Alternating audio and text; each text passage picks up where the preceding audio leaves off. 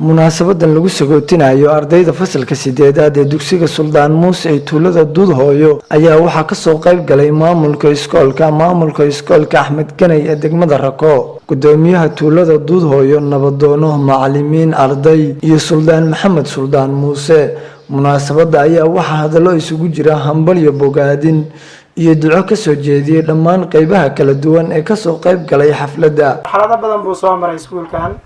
ilaa 1997 xilliga la aasaasay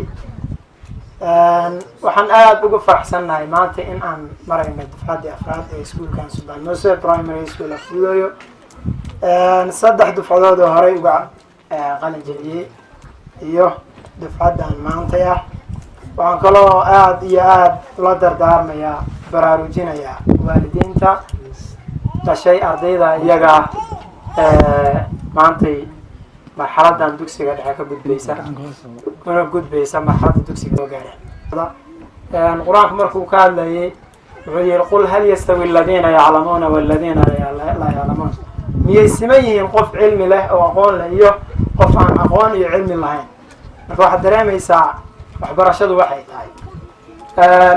education is the only weapon which can change all the world waxbarashadu waa hubka kaliya oo lagu bedeli karo dunida oo dhan qalin jabin ay tahay in ay marxalad ka gudbayaan runta marxalad ay ka gudbayaan culeyskeeda iyo faa'iidadeeda labadaba waa culeyskeeda waa ay leedahay dadaal badan baa looga baahan yahay dadaalka cidda ku guuleysatana waxaan qabaa faa'iido weyn bay jirtaa tanka qayb uu noqdo waxaan jeclahay uguna dhiirigeliya ardayga oo ugu sareeya iskoolka suldaan muuse inaan fiidiisa ballan qaadayo ka shakhsiyan waxaan rabaa meesha joogada in ilaahay ka boqo waxaan kaloo isku dardaarmanaa insha Allah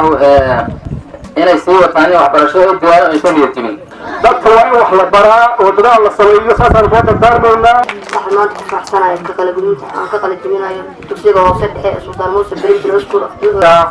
suldaan muuse primary school waan u hambalyeynaa insha Allah taala waxaan ku dhiirigelinaynaa waqtigii faraha badnaa oo daalka badnaa oo sabdiga badnaa oo adkaa ay soo mareen inaysan iska bayiixin arrimahooda sii wataan tacliinta oo u sii daban adeegaaneen iskuulkan la yiraahdo primary school suldaan muuse waxaan anigu ahaa dadkii qayb markii ugu horeysay hawsha u galay in la dhiso waxaan nagu baxay cidiyaha meelo badan baan u soo seexannay hawl badan baan u soo aragnay haase yeeshee galabtay waa naga degtaa maadaba ay difacdii afraad nooga qalin jabinayso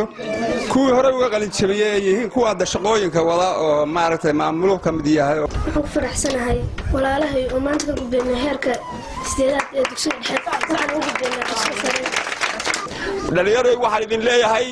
nin waliba ha ku dadaalo kaalin inuu galo intaasu waa waaya aragnimo nasiibkaas aad yeelateen waalidkiina Allah idin sakhiro meel fiican Allah idin gaarsiiyo waalidiinta waxaan leeyahay ku dadaalo oo nin waliba beertaa uu miraheeda goostaaye insha Allah miraha waa goosan doontaane ku dadaalo oo ka caajis markay waxaan mahad celinayaa ardayda Rako iyana qalin jabisay sharaf weyn bay noo tahay arintaasu waana maamuus waana rajaynaynaa insha Allah inay maqaanka aan la doonayno inay gaaraan insha Allah bil malaa'ikah Maxamuud Yuusuf Caamir warbaahinta dawladda Puntland degmada Rako raaxo